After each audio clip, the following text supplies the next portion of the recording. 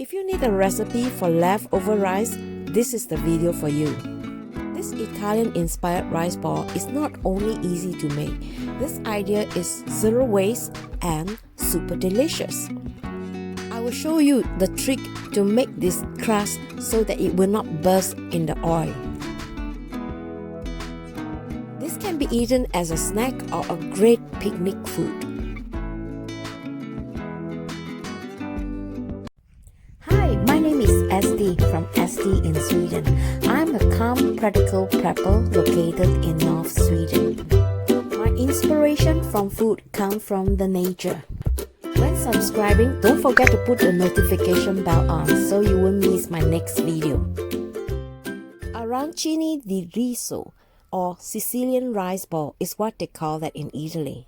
Today, I'm going to show you my own version of rice ball. And here are what we need. Fresh garlic, red onion, beef. You can use any kind of mincemeat, blue cheese, shredded cheese or grated cheese, and 2 eggs. Use your favorite fresh herb. Mine is mint, Korean chili flakes, and mixed vegetables, and of course, leftover rice. For seasoning, black pepper, salt, and breadcrumbs. You can chop or cut the meat with the scissors, whichever way you find is much easier.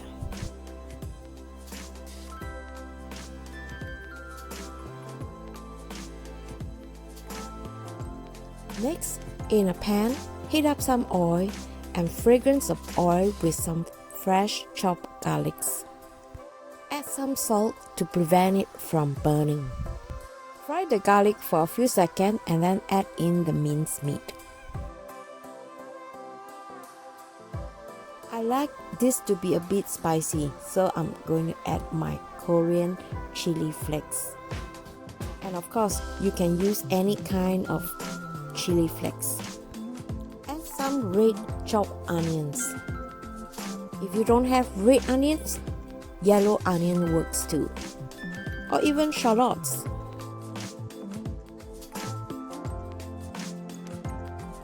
Next, I'm going to add some tomato puree. I didn't mention this early on because I now realize that the meat become too dry. With the tomato puree, it somehow gives this a sharper flavors. If you still think that the meat is too dry, you can add a little bit of water. And when the meat are completely separated and the onions is soft, it's time to season the meat. Remember to always give this a taste. And now it's time for you to add in the mixed vegetables. And after 1 or 2 minutes of frying the vegetables, this is how it should look like. While the meat are still warm, I'm going to add some blue cheese. When making this kind of food, I like to use a stronger flavored cheese. If you don't have blue cheese, you can always use some melting cheese like mozzarella cheese. I bet the Italian Parmigiano cheese works well too. I'm going to add some Swedish grated cheese. I would love to put 3 times more of this amount, but I didn't have enough cheese, so I'm just going to stick with what I have. Besides, I'm too lazy to go out to the shop with a car. But if you have plenty of cheese at home, use as much as possible because I think it will be really delicious. According to the Italian recipe, they like to add the cheese when the meat are cold. I tried doing that before, but I felt like it is more difficult to form the balls. This will make it much easier for you to form the balls later. It's raining heavily outside. I'm going to let this cool down for a while before I add in the rest of the ingredients.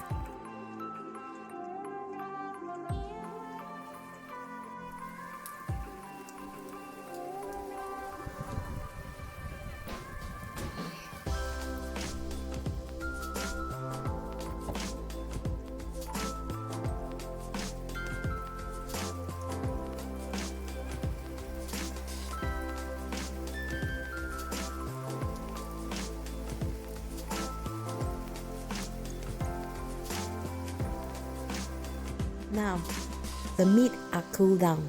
Let's mix in the rice. These are cold leftover jasmine rice from yesterday. I use my hand to loosen up the cold rice. Beat an egg in the meat mixture and add in the minced leaf. This might look gluey or watery at this point, but don't worry, it will not be later on when I add the rice. Pour the meat mixture into the rice. At this point, you probably wonder, what is the proportion for the meat and the rice?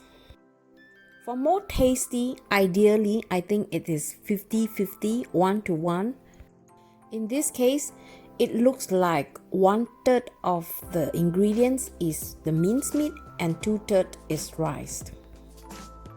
Like I said, if you want it to be more flavorful, more meaty, you can always increase the amount. The redness of this rice comes from the tomato puree. Now, you want to keep this in the refrigerator for at least 15 minutes before you form them into balls.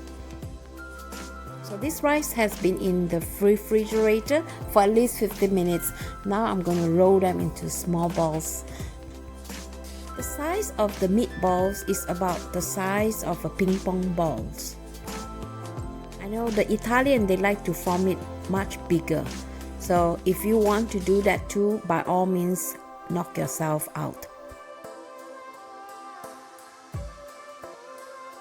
I prefer the balls to be much smaller because it is not only easier to cook through, it is much more easier to eat too. Try and squeeze the ball quite firmly. If you don't do this, there are chances that it might burst. You can actually make this in advance. Right now, I like to put them in the refrigerator for another 15 minutes before I fry them. To coat the rice ball, you need plain flour, beaten egg, and breadcrumbs. First, roll the rice ball onto the plain flour and then onto the egg. Then onto the breadcrumbs. Repeat the whole procedure. Have you wondered why I use my right hand to roll the plain flour and the breadcrumbs and my left hand using to roll the egg yolk? I will leave this for you to figure out. Let me know in the comment. Let's see who guessed correctly. After doing this for a while, I know that it is much easier to shrill the bowl than to turn it, and then the same with the breadcrumbs. By doing that, you get a more even coating.